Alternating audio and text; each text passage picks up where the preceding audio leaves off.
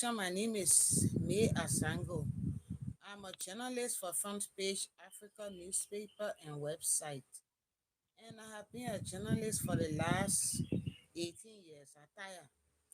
I'm tired. But anyway, I'm still doing it. Since I got in the journalism field, maybe I was your age, younger. Now I've been in it and I'm in my 50s. Seems that I'm tired.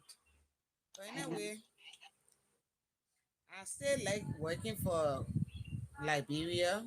It's a way of my contribution.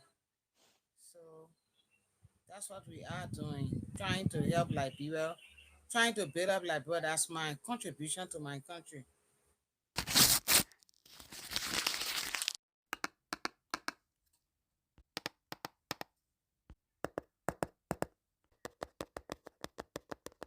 But I won't lie to you, the next 5 years from now, I don't think I'll be in journalism. I'm fading off. Me leave it with the young people to pick up the torch and run. I know. I can totally understand because yeah, I came and met you in the profession and yeah. You left me there, I stayed there.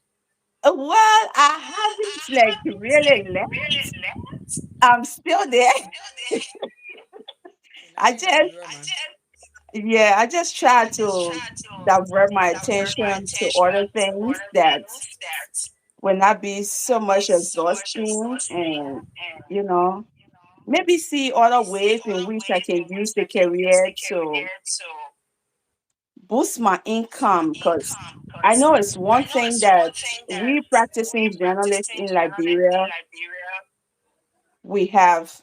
It's it's kind of difficult to say, but the career, while as honorable as it is, the income does not match it.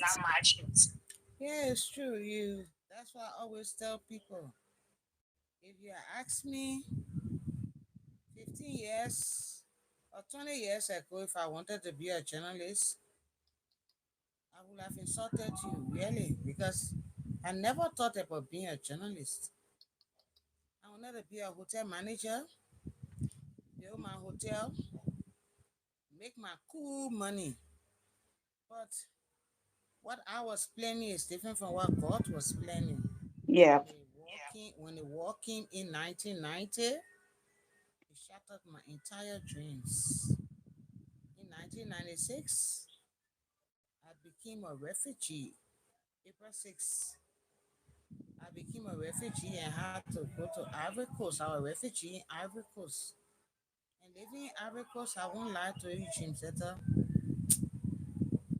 Oh, living as a refugee in Ivory Coast was so difficult. One, the language barrier, that was one. You know that francophone and we Mm-hmm. anglophone. Number two, journalists had no. Me say journalists, refugees had no rights. Refugees.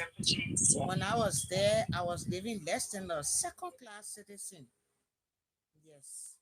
Meaning my rights were violated every day.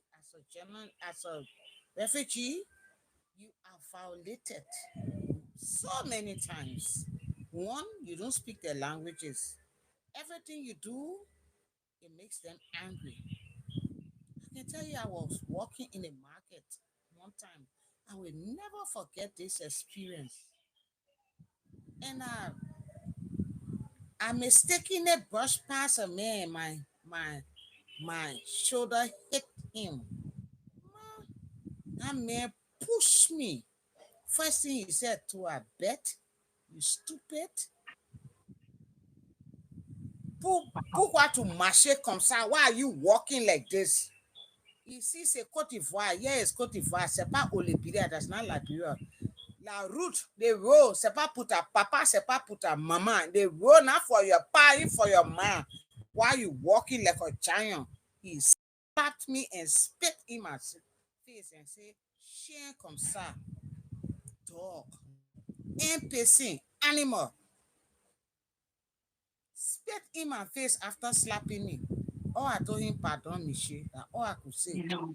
Because if I had fought Wow. back, They don't move from behind the Nope. citizens. They always back the citizens. The first thing they would have asked me, you're a refugee, you know your place. Why did you have to stay and insult our citizen?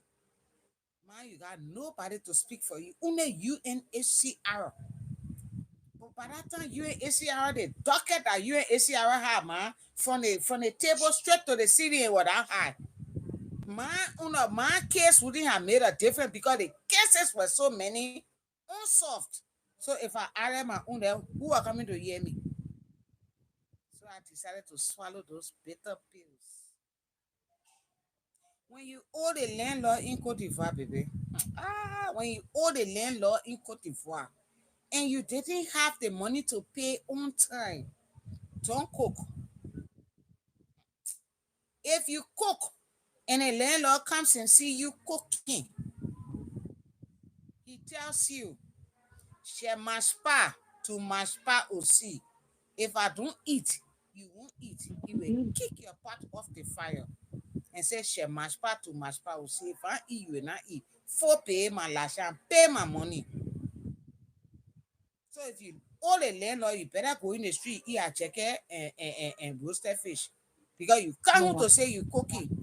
He will waste your pot of food and say if he doesn't eat, you won't eat as well. Violating my right, violations of my rights because he said I owe him. And we didn't have voice as refugee. Hmm. Wow. We didn't have voice. Even even we had even the graveyard. Liberian had three graveyard in Danane. Yeah. Because when the women went, they started following the Ivorian people, men, and the Oh. women started killing them. Our Reverend Lord, the late Reverend Lord told us, say, hey, Liberian women are big, your credit our brother, then when you go home, you will pay them. Can you imagine a Reverend telling us that?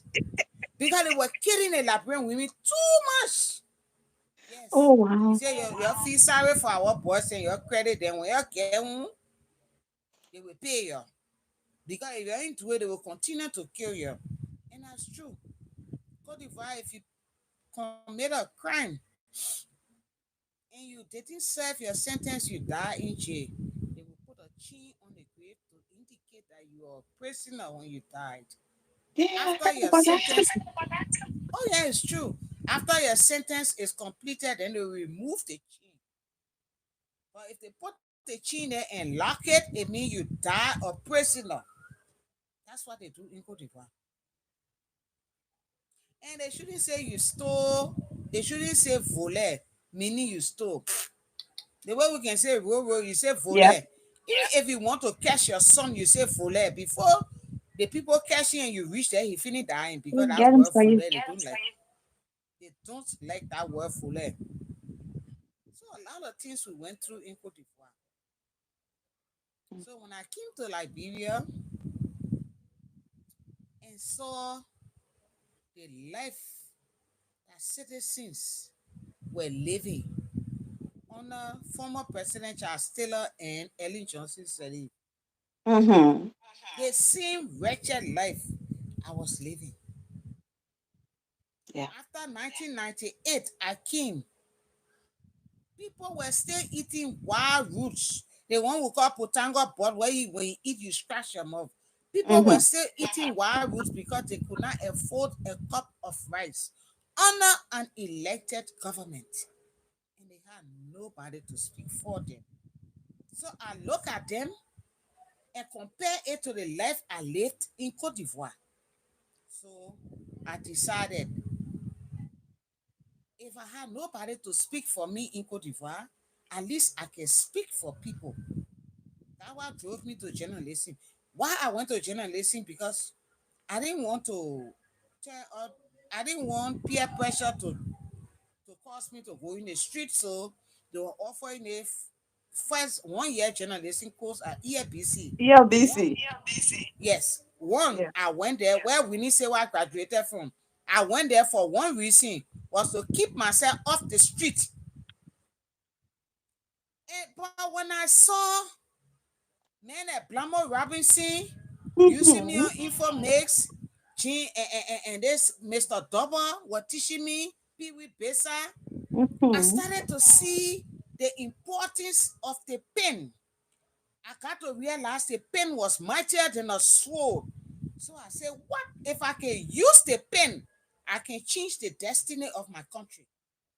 Because I got to find out the pen was mightier than a sword. Why should I go and argue for nothing argument in a Atayi center when I can easily write and air all those opinions of people? I say a pen I can use the pen to shape the destiny of my country. So I started to dive into journalism. But it was not my choice. But they say necessity compels citizens to wear government khaki. Such the time, such the condition.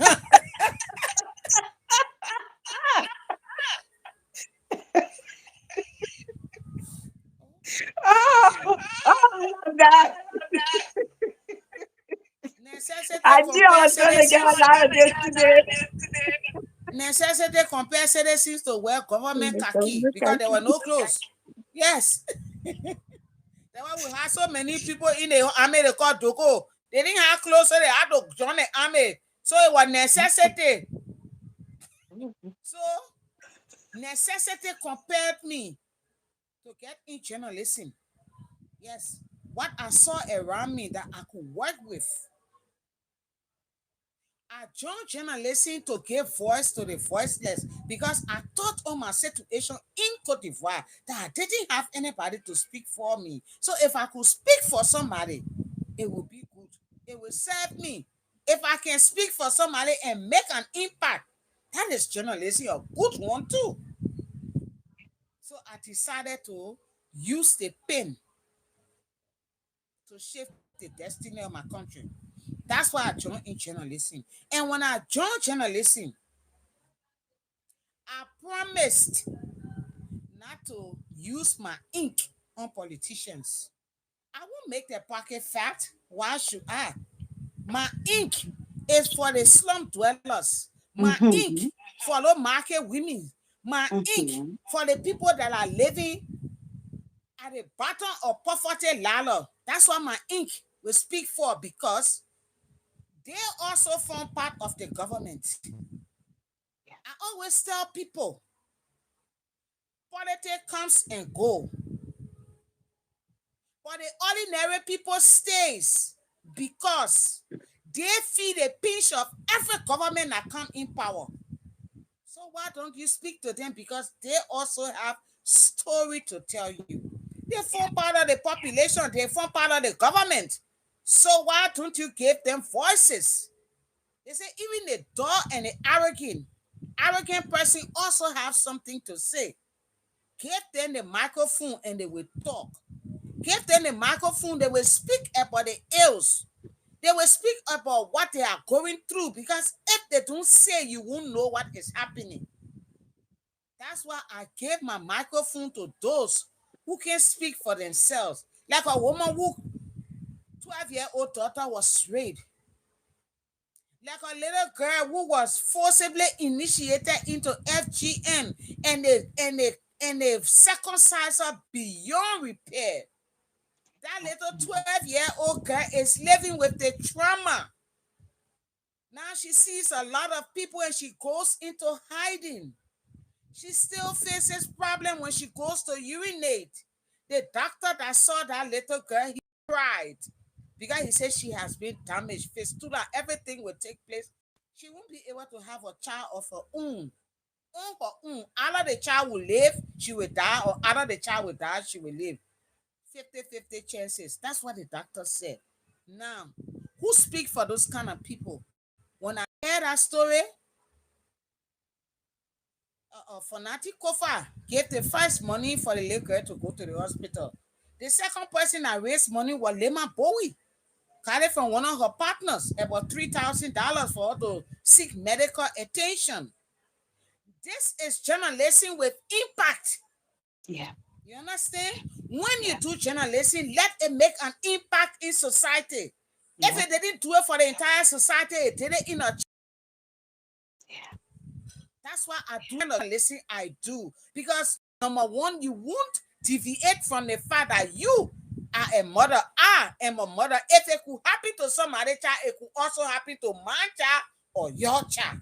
Don't wait for it to happen before you say, if I had known. No. Next man cry should be your cry. When you see the old lady sitting in a town and crying because another old lady died, she's not crying because her friend died. She's crying because her time is coming closer.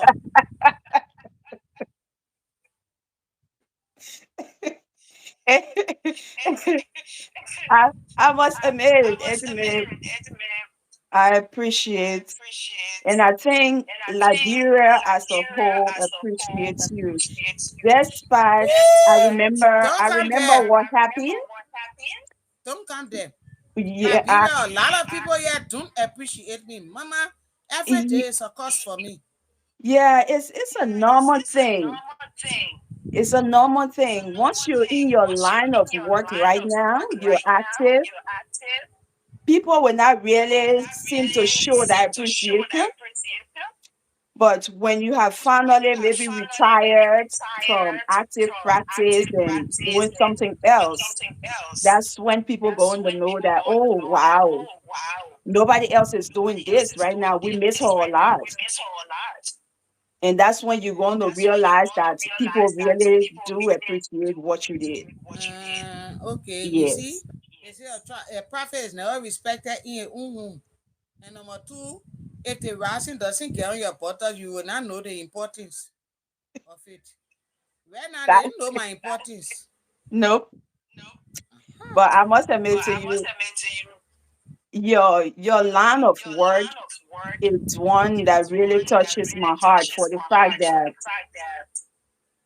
I did just like you. I too came from the International School of Journalism in ISU. We were the class after you guys. Okay. And after working actively, I went into public relations with um, Maurice Duclay. Hey, man. Mr. Ducle, yes. I And know. then I did some NGO work, working with women and children who were affected by the war. That kind of changed my perspective on the line of work that we do as journalists. And then coming over here to the US, uh, I've been fortunate to work with similar people. I used to work with homeless people. I work in the state with homeless people, women, children, and men. And that alone just changed my perspective on life and a whole lot of other things. Because instead of just asking the question now, I learned to ask and listen from a different.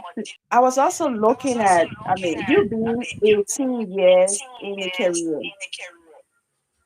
what do you think, or how do you think practicing journalists, like you say, the young people coming on board, what can they do to at least uphold this noble profession and maybe make a better income doing it? I won't lie to you, Jim Setter. A lot of people that are coming in this profession, most especially the young journalists, the younger ones, Mm-hmm.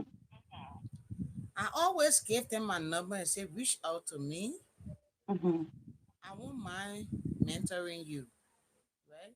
Because they always see me when I go to symposium and other things to speak to them. Oh, Auntie May won't be like you. Oh, Auntie May won't be like you. I Mm-hmm. said, being like me is not only sitting down on TV to see your face or airing your the news on radio and giving announcement and all of those things. That's not being a journalist there. If you want to be like Auntie May means, you have to go and investigate. Every award that I won, I did not solicit. married. Mhm. Why did I merit those awards? That's what I tell them. I merit those awards because of the work that I did. Yes. So, basically speaking, my work was speaking for me. People saw Mhm. my work and then they started to ask, who did this? Who wrote this? You understand? I Mhm. always tell them, let your work speak for you. Do not say, I am, I am, I am. If you say, I am, if you always say, I am, nobody will tell you that I. Wait, let somebody say that I before you say, yes, I am. I will walk common on the streets. Nobody will know that's a Mae Azango who have won about 12 or more awards. Sister, all these awards are getting hanging in my house. Mhm. I'm putting on my hair and passing. You know who I am? I'm Mae Azango. I got all these awards. Of what? Of no interest. It just add to my credential, but it does not mean that something I should be bragging about. Those things are not. That's why when people introducing me, oh, Mae Azango is a award winner. I say, all those things, leave those things. That commentary after the news, not important. Mhm. What I'm going to tell you will be important. Now, what I have achieved, Mhm.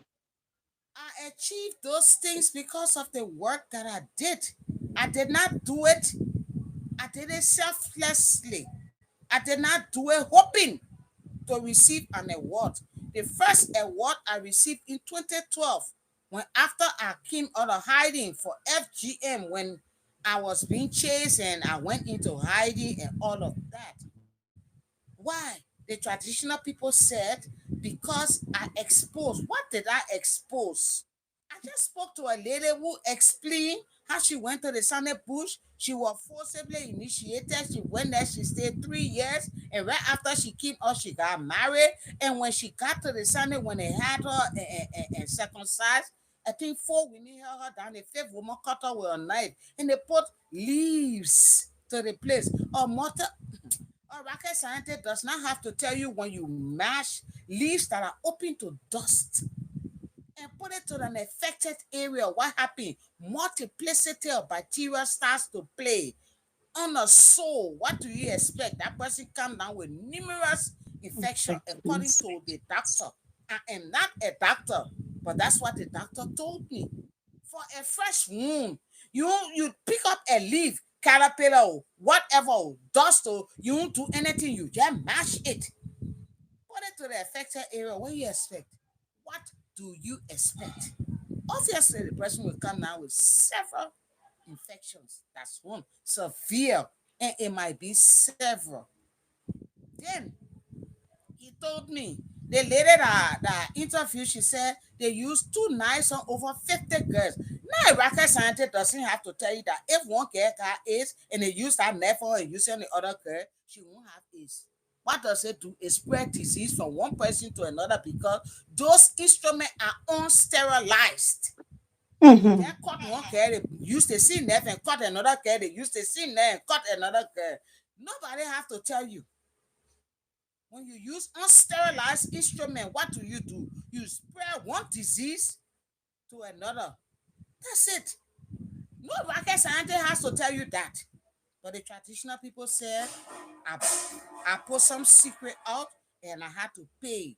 So they wanted to catch me and have me circumcised. When they could not find me, they came looking for my 12-year-old daughter. That time she was 9. They came looking for her. Because the traditional people, when they can't get you, they will get your child. Then they will send message to you and say, we got your child. And when you go there, then they kill two birds with one stone. You and your child will be initiated. So I had to go into hiding. When they went to look for my child the next day, I told the nanny because she was part of the Sunday Bruce Society before. When she saw the zoos outside, I was asking in the area about Mae Azango. She escaped with the child in the bag and called me from the neighbor's house. And I told her to give my son, my daughter to my son to take to a distant relative in Pinsville away from my house. That girl lived with me 3 years without her mother for 3 years. Why should I do journalism and my child be threatened? That's the mentality of our people. So The kind of journalism I do, it has risks. Yeah.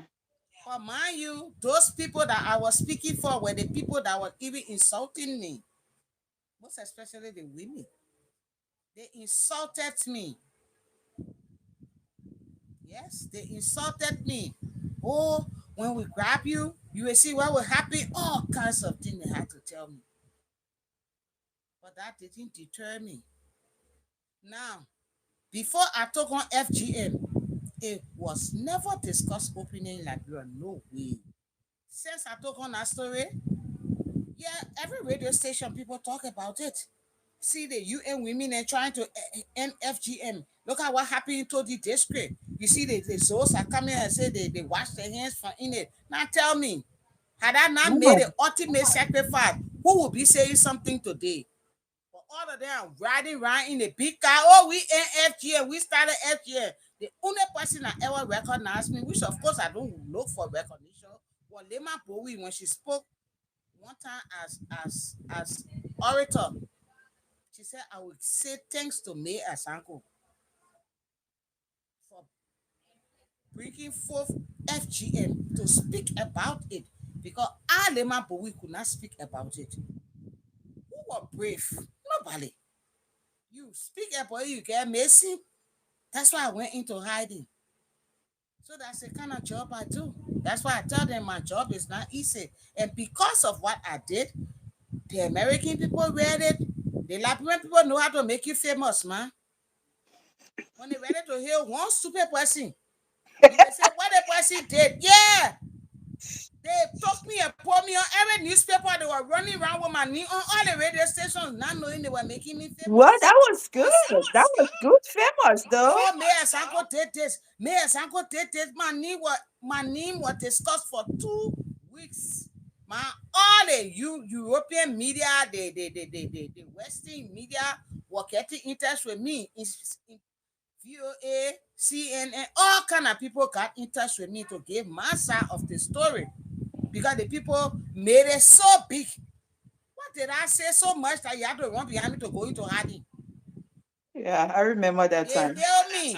And then the people saw the work that I did. And unknown to me, I was chosen to be one of the International Press Freedom awardee from the CPJ Committee to Protect Journalists. I Mm-hmm. didn't solicit for it. They called me and said you will be one of our awardees. What? I didn't know. When I visited America prior to the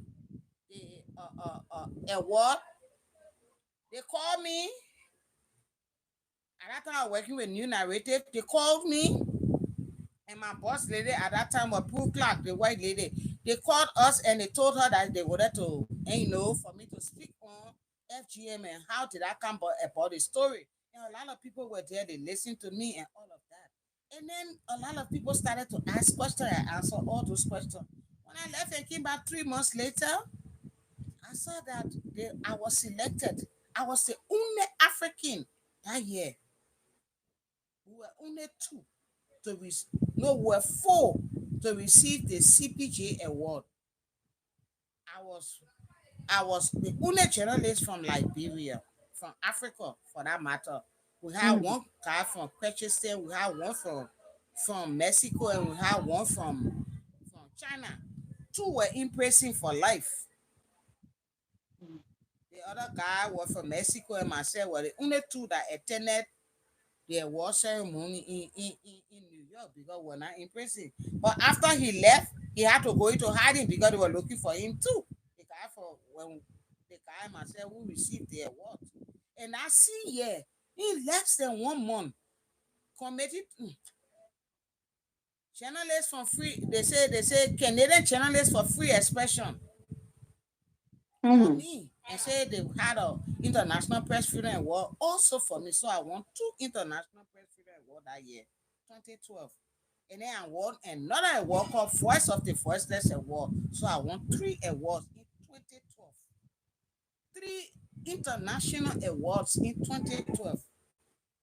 After I won those awards, before my own country were able to grant me an award 2014, the first time I won a award, PUL award. Can you imagine?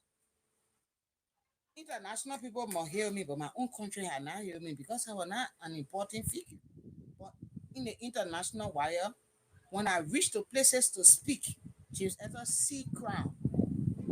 When I went to CPJ, about 1,500 people I had to address.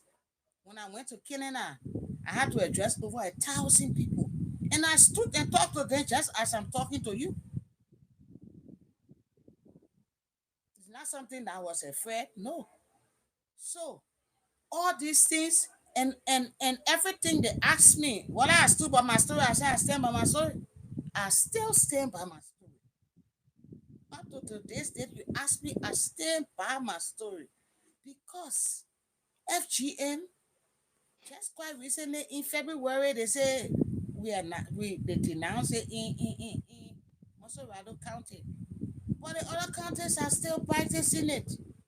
Yeah. So they say Mosorado County took the kick off. Okay, if you will take months and months, obviously, if I can carry my child to the Sunday bush in Mosorado, I will go right to Cape Town, Bombay, and carry her there. So stopping it in Morovia doesn't stop people from taking the children to the villages to go have them circumcised. We are not saying they should outban the culture.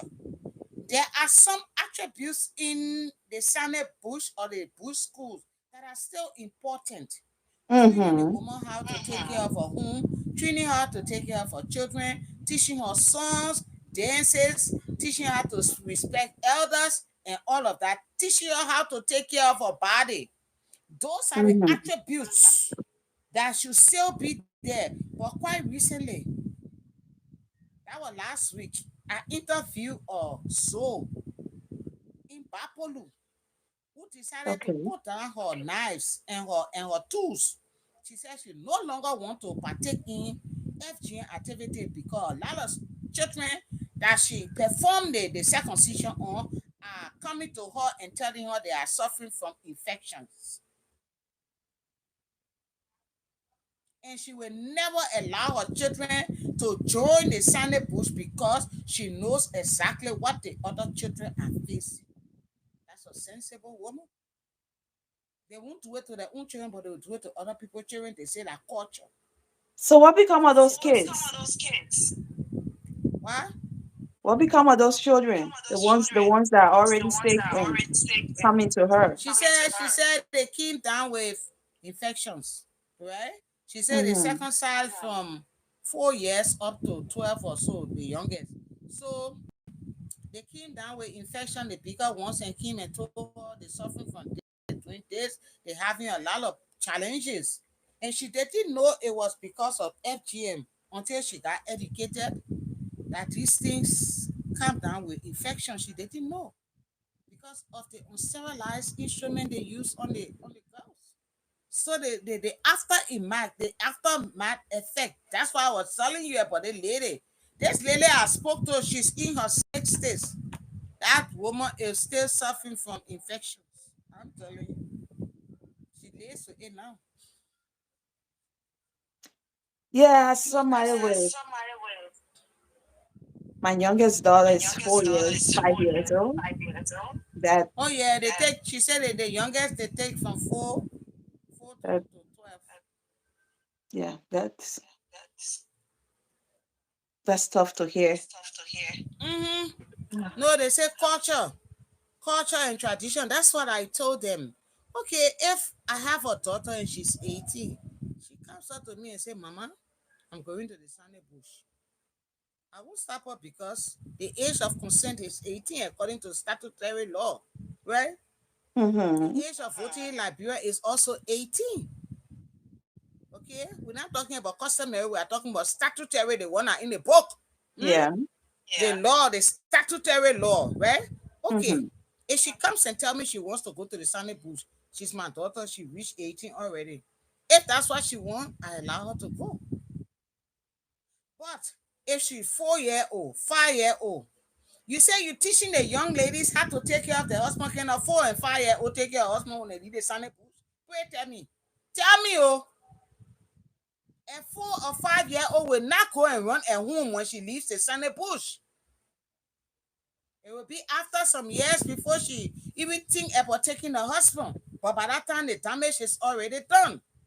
This is why fistula is so high in Liberia. Because some of them, when they go to have the babies, the canal cannot open because that scar stops the vagina from scratching for the baby hair to come through. So they tear, they are tuned from up and down. Straight. That they come down with fistula. Why you think fistula plenty? Why you think fistula a lot in Liberia? Because when the vagina cannot scratch, the clitoris makes the vagina to scratch for the baby to come out. Yeah. But if you cut the clitoris, it creates a scar or scar tissue right there, and Yeah. it no longer stretches. So if you force a baby hair out of there, it scratches that Make it it give a open. massive tear. Now tell me, it tear up and it tears down, and when it tears down all the way, where you think it goes? That's why fistula is there. The doctor told me. I'm not speaking because I get taught. That's what the doctor told me. The nurse told me because when I wrote the story, I spoke to Dr. Toso Wa Jaliba. Then I spoke to a midwife. She said many of these women, when they come to deliver, we face a lot of problems. The ones that went through FGM. She said sometimes the baby will meet in the corner and die if we don't do a serious session. Because the vagina can no longer scratch for the baby hair to come out. She said sometimes they have massive tear. She said, so we tell them to not go to the bush if you know you want to have children, because it gives us hard time. She said it's dangerous. And the traditional people, one of them told me, oh, at least if they can give us nurses and doctors to do our circumcision in the bush, then it will be all right. Then No. they think that will not happen. So I said we got 1,000 doctors to every 10,000 patients. Doctors are already limited. One thing they get in the bush. Who will be in that to treat us? Can you imagine we don't have enough doctors. We don't have any doctors. They say we should send doctors to the various bushes. You know what I mean? And one Yeah. doctor is to 10,000 patients. So when we take two doctors from here, but 20,000 patients will Mhm. not be seen. That's another issue. Yeah. But hopefully they can just, like, the process, like you said, the process have already Oh started no! where some people are Listen to turning me. away from it. Uh-huh. Hopefully Listen to me. they all can follow suit and just eventually they can abolish that part of it and continue the schooling. The lady I spoke to in Babolu, you know what she told me? No. She said, what's the need of the children going into the bush? Because it was established to teach them these values. But nowadays, the ones that are going there, they disrespect them. They even sit in their midst and be discussing men business. Can you Oh, imagine? With all fear. She said right in front of them. They start to speak big English. They are talking about men business in their midst with all shame. They don't respect. There is no respect. So if there's no respect, they're not getting any training from there. What's the essence? That's what she said. She said the children of these days, they don't even know how to take care of their bodies, she said.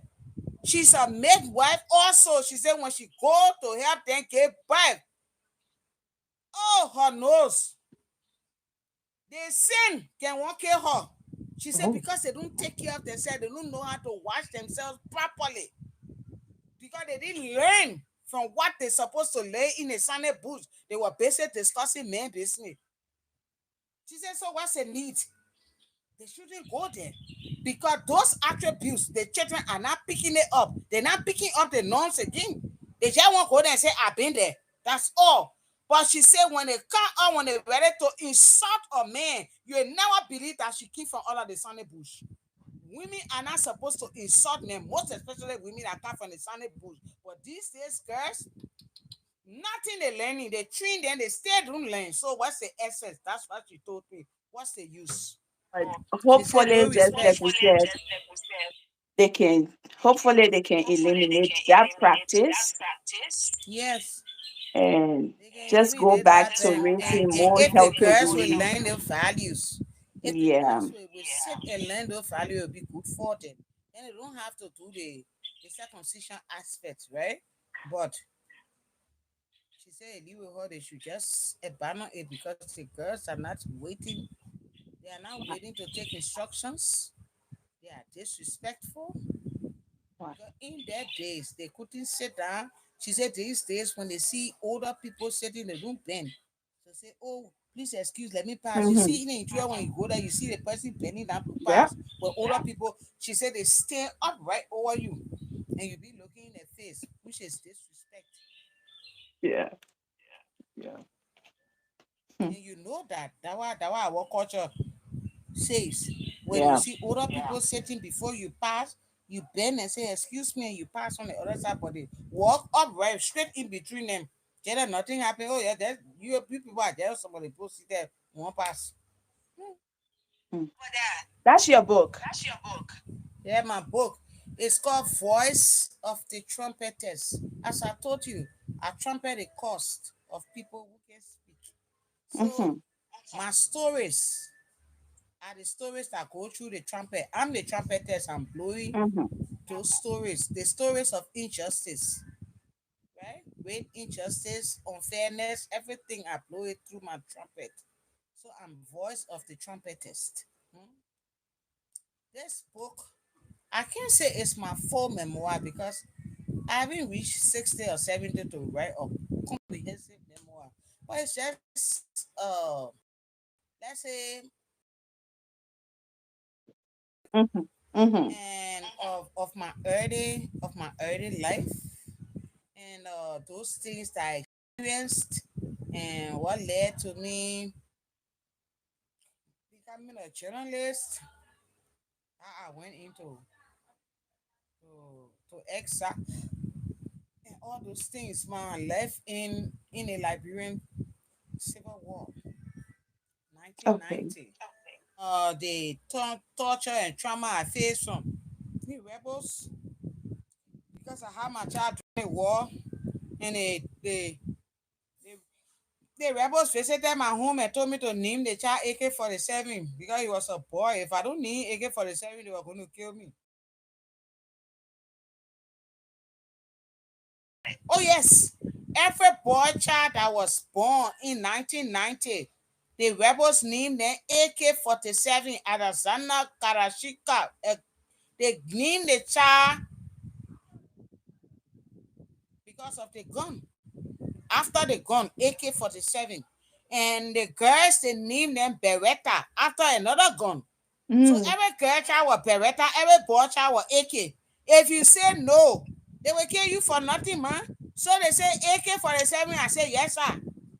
Where AK? I say he inside lying down. Yes, I can bust I say he can't spoil anything. Oh. I know. So my son was called AK-47 during 1990. It talks about when I was when I was nearly raped by my uncle. I must have been about 13. And then you know, those days we wouldn't hear much about rape because a lot of people were not talking about it. Some Mm. people were concealing it, but it happened to me and it played a major part on my psyche.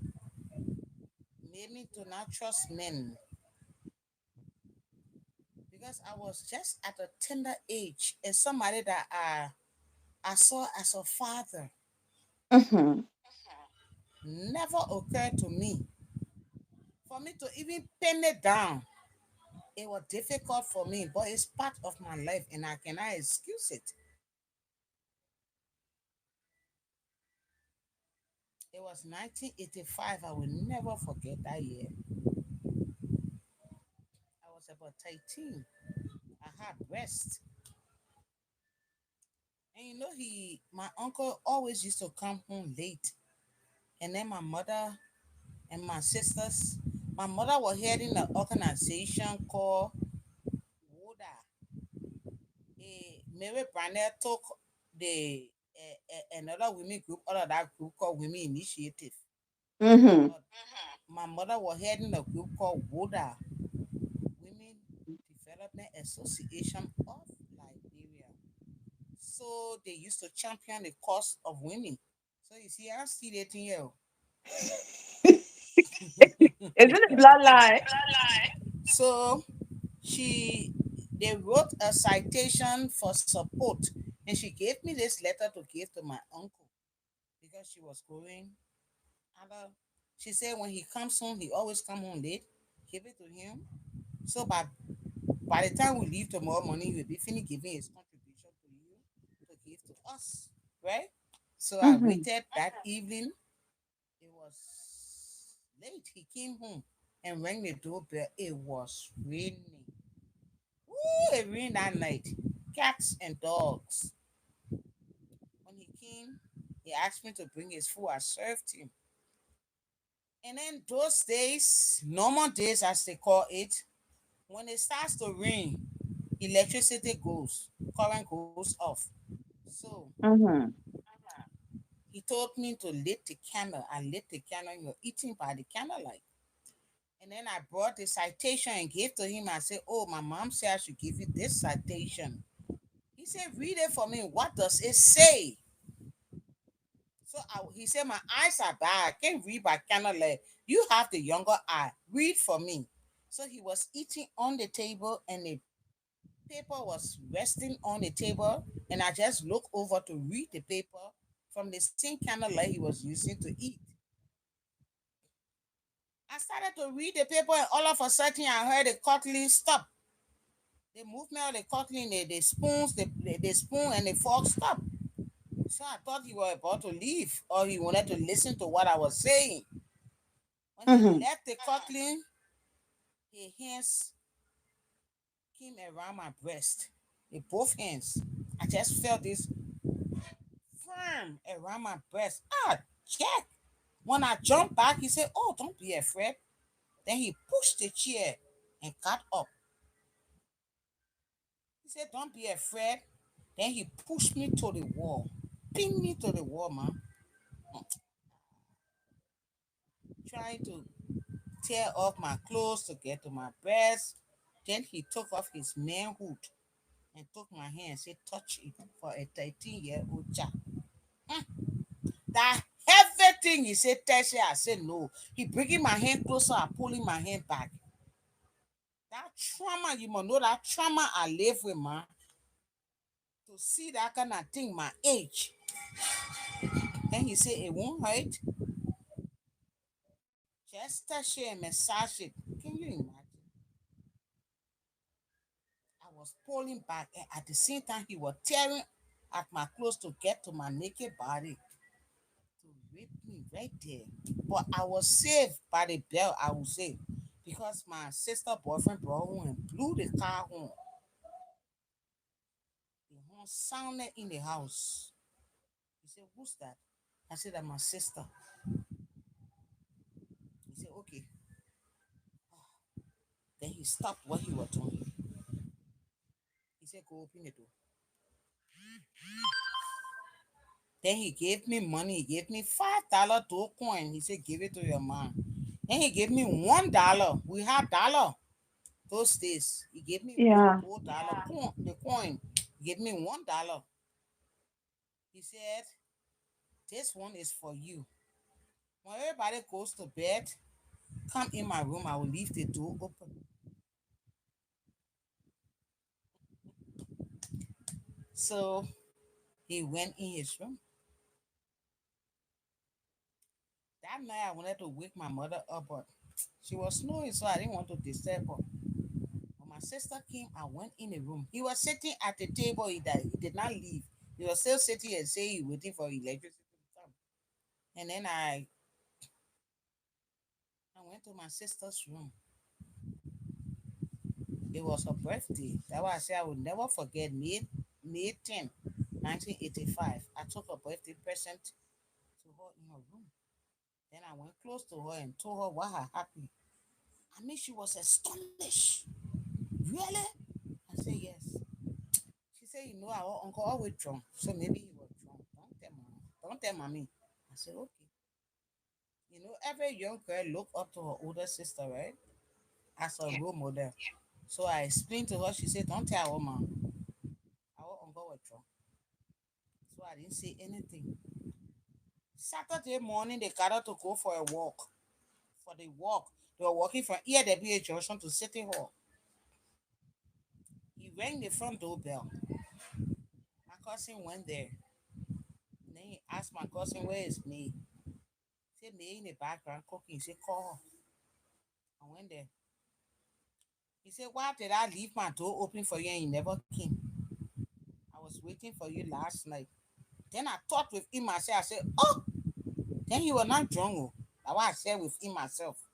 Then he said, what are you doing now? I said, He I'm had cooking. the He said, gust yeah. to still come back and ask you that. He wasn't drunk. He wasn't drunk. This is what It's something that as was as premeditated. I was as young as I was. That's why I said with him myself. Oh, I don't think he was drunk as my sister suggested though. But then he said, what are you doing? I said, I'm cooking. He said, can't you leave the food with someone else to come to my room? I said, if I leave that food, my mom come and it's not properly cooked, she will whip me. So I can't leave it. He said, okay, go cook already and come. I'll be waiting for you. I went. I wasted so much time. I took my time to do everything I was doing because I didn't want to be called again. He rang the doorbell. I said, I'm still working. I got through working. I didn't come to his call. I waited for my sister to come. When my sister came by 2 a.m., 2 p.m., she brought food for us. She said, may I come for the leftovers, like cake, salad, and all that thing. I went for it. Mm-hmm. And I went in her room. I said, sister, I thought you said our uncle was drunk. When you left, he called me. He said, why I didn't go to his room? She said, what? Then he wasn't drunk. I said, the same thing I've been thinking. I said, so what do we do? Do we tell our mother? She said, no, not yet. This thing, the first time it happened was on a Friday. When they went for the walk, it was on a Saturday. He Mm-hmm. tried again on Saturday. Sunday, he also tried. Monday, every time he did it, he made passes. I would tell my sister. Like I was doing my assignment on Saturday night. He said, what are you doing? I said, I'm doing my math assignment. He said, let me help you. He never offered to help me before, ever in my life. Why was he so generous to me? So I told him I wanted to go urinate. I went in my room. Between my room and my sister's room, there was a plywood. So I would knock the plywood wall and she would hear me. I say, he's throwing me on the table, the red table where I study. She said, okay, go back. I'm coming. So I was there. She came outside. Uncle, we want to close up. Oh. May go in, mama. Go in our man room. You go finish your assignment. Guys, to sleep over, man. And lock the door. I won't hear that door lock. I locked the door. My mom and my papa were not sleeping together. They had two separate rooms. She said, I want to hear the sound of the key turning in the door lock. I said, okay. I went in my room. And then he got up from the red table and went to his room and left the door halfway open also, thinking I would go. And then she locked up this place. That's how I packed my copybook, went in the bathroom, did my assignment, put it in my book bag, and went to bed. Sunday, he tried the same thing. So Monday morning, my sister left from there and went and told our aunt. Our aunt said, "Yeah, report to your mom. One day he will overpower this child. Don't wait for him to rape her. She been telling you from Friday. What more you want? That's enough proof." That's how she came. We went to my mom and I told her. She couldn't believe it. She couldn't stomach it. She couldn't comprehend because he told me the same fear. If you say anything, I I will deal with you. I will do this to you. I will kill you. I will do this. I will do this. All I want, and your people will not do anything to me. And the fear they put in you. But as my mouth can still run, it used to run when I was smoking. So I ran my mouth. So my advice to the younger people, even my advice to women like us, you, me, if you have a child living with you, because many of the rape that happen occur 90% family members. Our uncle, nephew, niece, nephew, cousin, stepfathers. These are people that rape people in the homes. So about 90% of the rape done by relative, people close to the victim. We as mothers can stop it. How? Mm. Like for example, you have a child in your home. You get your 4-year-old daughter. Maybe your husband, nephew, you want to help him to go to school. He comes there, he about 13, right? Mm. And he starts to molest your child in the home, unknown to you and your husband, right? Mm. But the changes that take place in a child, that means we the women have to open our eyes. When you see Mm-hmm. an active daughter of yours that was very active, and you see her sitting all by herself in the corner, when you come home, call her in your room and ask her, why are you sitting so sadly? She has something to tell you. Be Mm. persistent. Keep asking her. She will tell you either somebody is doing something to her. Because when these things are happening to younger children, they withdraw within themselves. You know, Mm-hmm. they kind of withdrawn. They are withdrawn. They go in the corner. They always into and they lock themselves up because they are traumatized. They're thinking, they are battling in their mind. If I say A, they will kill me. If I say A, you know, so call them, pet them. What's going on? Why are you sitting like this? You are not this kind of person. You are always active. Are you sick? Keep asking them. They will tell you. Depends on the rapport between you and this child. But when you are a Mm-hmm. mother and you come home and I want to bring, oh, nobody must tell me, oh, I'm very tired. I want to go and rest. That person withdrew. They will withdraw again, go in and say, they say, Mama, not waiting to listen to me. You Yeah. understand? Why you Yeah. think many of these little girls will go and tell other their play man or somebody in the community than you? Because you don't give the child the right to come to you to explain. You are no Yeah. longer in conversation with your child. Don't make the child afraid of you. When they are afraid of you, they won't say what is happening. Make them your friend. And when you see them sitting the way they sitting and they are not sick, ask them. You'll be surprised. Allah is the relative in the womb that troubling them. Because even Brenna Bravo said in her movie that she was molested several times by family members. Severally. You understand? That she had to go Mm-hmm. and tell family somebody also. You see there? So you open the corridor between you and your daughter. Don't be the one that will come and say, I'm tired today. Nobody should trouble me. Like that child wouldn't open up to you and the damage should already be done. Sometimes you bring a girl to stay with you. You find out your husband sleeping with that child. You see her with June. She's scared to tell you. Call her in a room. Don't let your husband be around. Don't Mm. let pregnancy come before she said that your husband, he says, you lie man, I will carry you to court.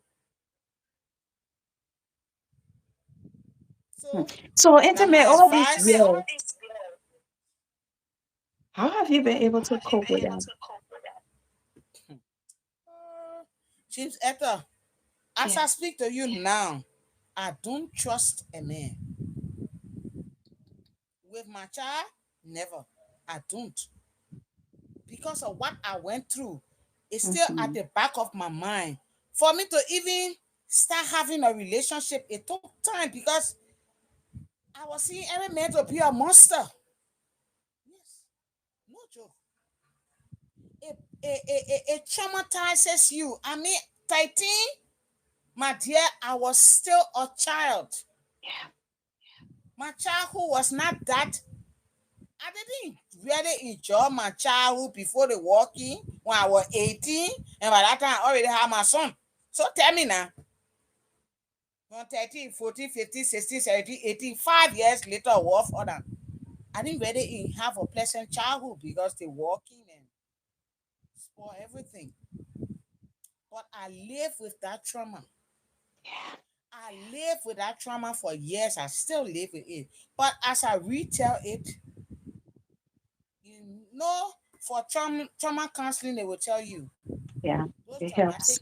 events, speak it out, keep talking about it, It's and it retelling the heals you. story So it helps been the healing healing. me over the years as I speak about it. It heals me. Unlike before, I wasn't brave to speak about it. I was scared. One, I was afraid to say, "Oh, how my cousins would think about me that I exposed their father. He was an uncle." So that's what this book talk about. It talk about the war. It talks about a lot of things, and it talks about perseverance. Good. I'm a kind of person that I have been hurt so many times, and I will sit in a corner and feel pity for myself and say, "Oh, because poor me." No, I pick up the torch and start again. And that's It one does thing not I count. admire you for. It does not. It does not count how many times you fell, but what counts is how many times you woke up and reach your goal. That's what is counted, not the steps, not your missteps. No. So I don't let trauma, I don't let those things hold me back. My mother always said, keep a little space in your heart for disappointment. And when it comes, you push it in that space that it doesn't take over your whole body and make you go crazy. So that little space, I always have it. When the disappointment come, flow over me. I take it, package it, and put it in that little space and move on. Because I, I can you speak don't. to that because I mean, just explaining the story from a 13-year-old almost being raped by her uncle. And then from the time I've known you, And when you are supposed to sing in my wedding, that never happened.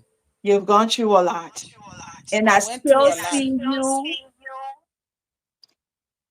like that's wedding. My dear, I always tell people, if human being were like corn, now before you break it, you will open it to know whether it's full or not. Many Hmm, women won't make mistakes. wow, But the heart of a that's man deep. is not like a corn, a corn of corn that you will open this the peeling from around to see whether the corn is full. That's the heart of men. You don't know. That man lied to me. He still had a relationship. He was married traditionally and lied to me. Almost had us to go through a wedding. If his wife had not come up, that the wedding was stopped. I would have been living. I would have committed bigamy. It's against the law. Bigamy. When you marry once, you go and marry twice, without divorcing the woman at The first. first one. hmm And that thing should have happened. That wedding should have happened Saturday. It didn't happen because the woman had paid some talks to burn the church, kill the bride. Oh yeah, the people had a gas in the Ophi grass and the colossus, oh, right around the vicinity of the church.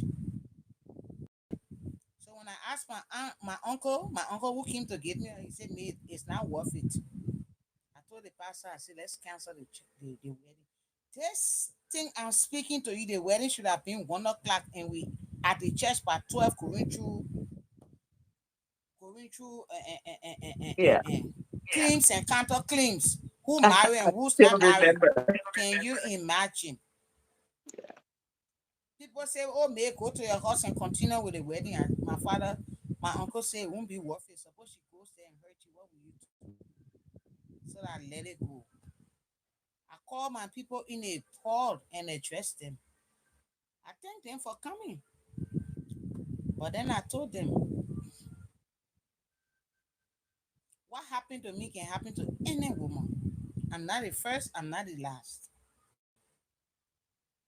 But according to the man who wanted to get married to me, say he was going to clean his backyard and come back. But I'm telling them, I told them it's too late. I cannot go through with the wedding again. But as I fixed my hair for the wedding and I was not able to use it, I'm going to Miss Liberia.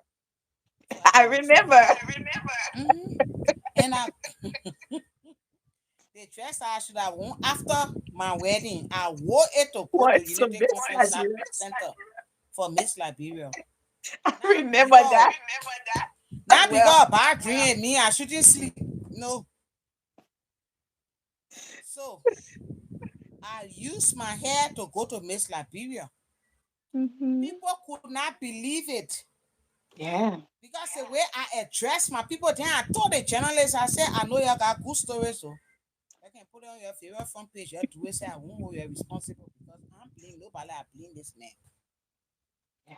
A man in my area called me the next day. He said, May, if I were you, I would be finishing 3, 4 times. They wasting water on me. But you stood up to address all with all one drop of tear in your eye. I said, because that guy, he ain't worth my tears. He ain't worth my tears.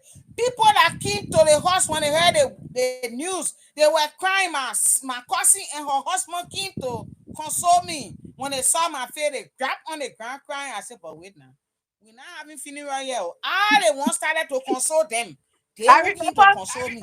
even us who was standing in the wedding when they're crying and you were telling us why you're crying without the funeral. Thank you. And I told you people, we're not doing funeral service here. Why are you people crying? If you people crying, then what you expect me to do? Yes. Not one drop of tear because I said within myself, I have to make those who behind me to be strong. If I start to cry, everybody will break down and start crying as if we're running a funeral here. And I told them I'm going to Miss Liberia, and of course, I made good my promise. I went to Miss Liberia that night.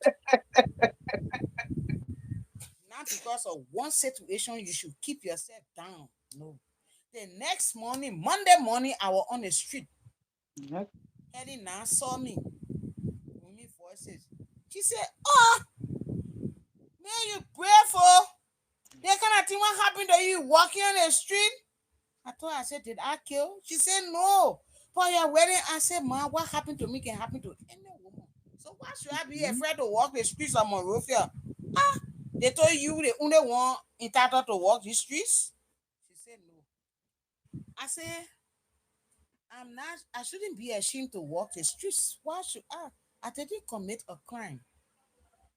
But the only newspaper that carried that story was a newspaper I worked for, Daily Observer.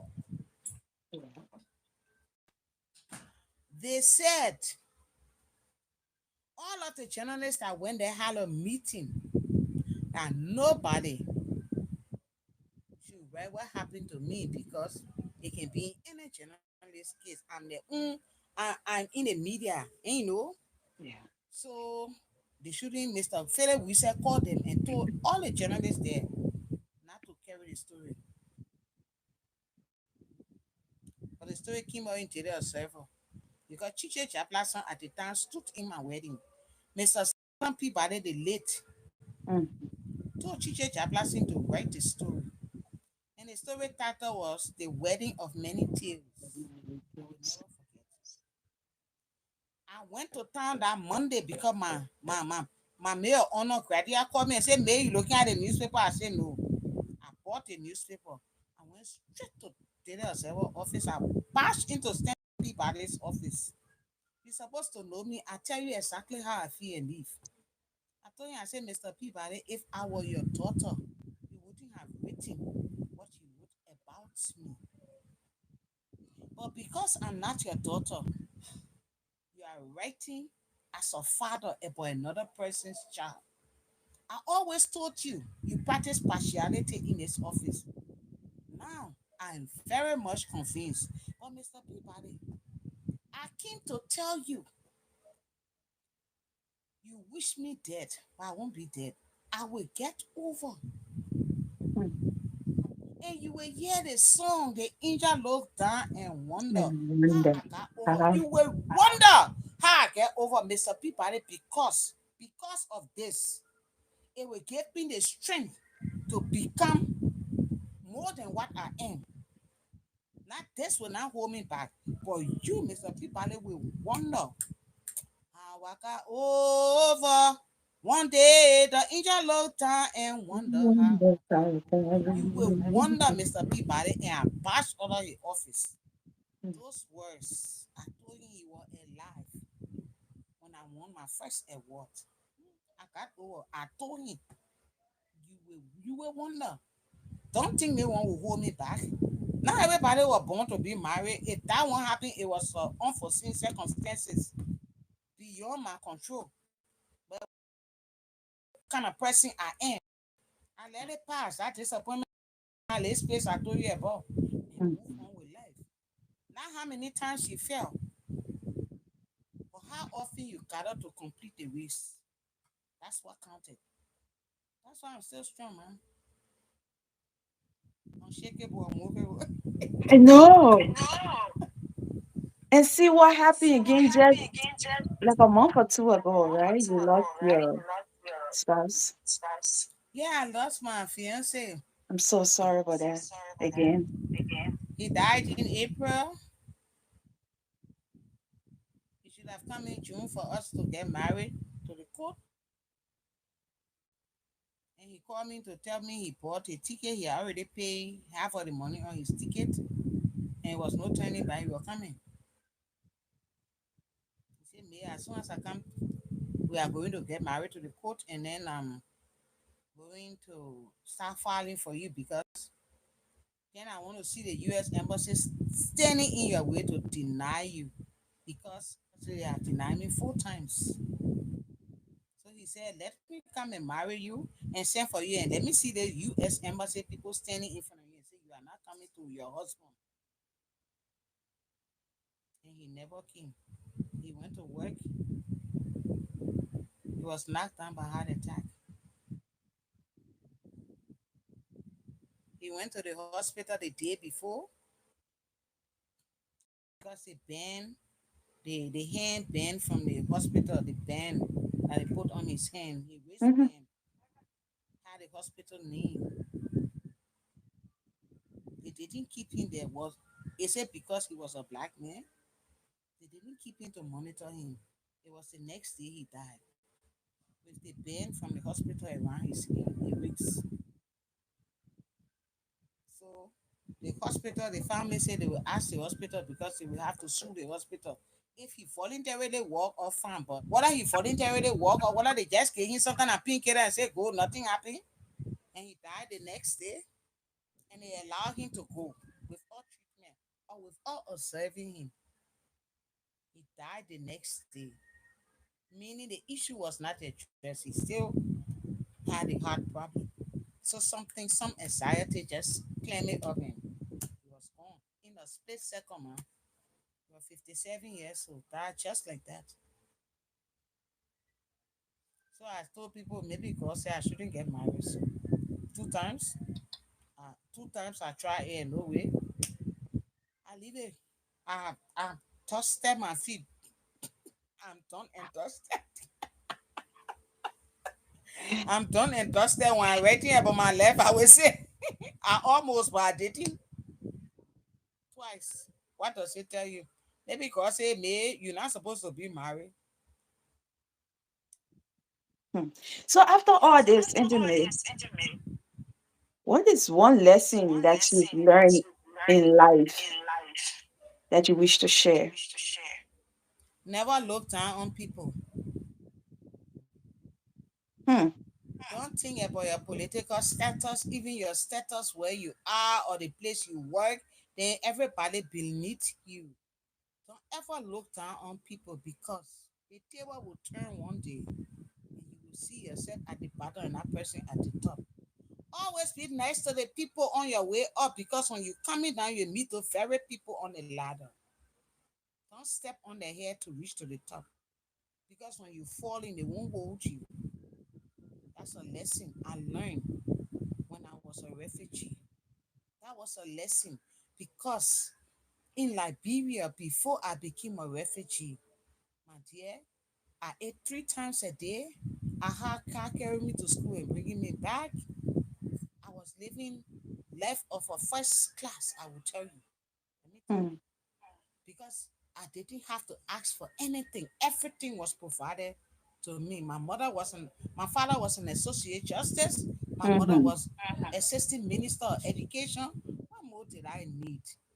Everything I had, I needed. But when the war came, I dropped from grace to grass. When I found myself a refugee, it means the table turned. That's why I always tell people, don't look down on people. That table turned. Sister, I found myself at the bottom of poverty ladder as a refugee for the status I came from in Liberia. So I always tell people the lesson. Don't look down on people. You don't know where you will see them tomorrow. what do you Yes. see life to be?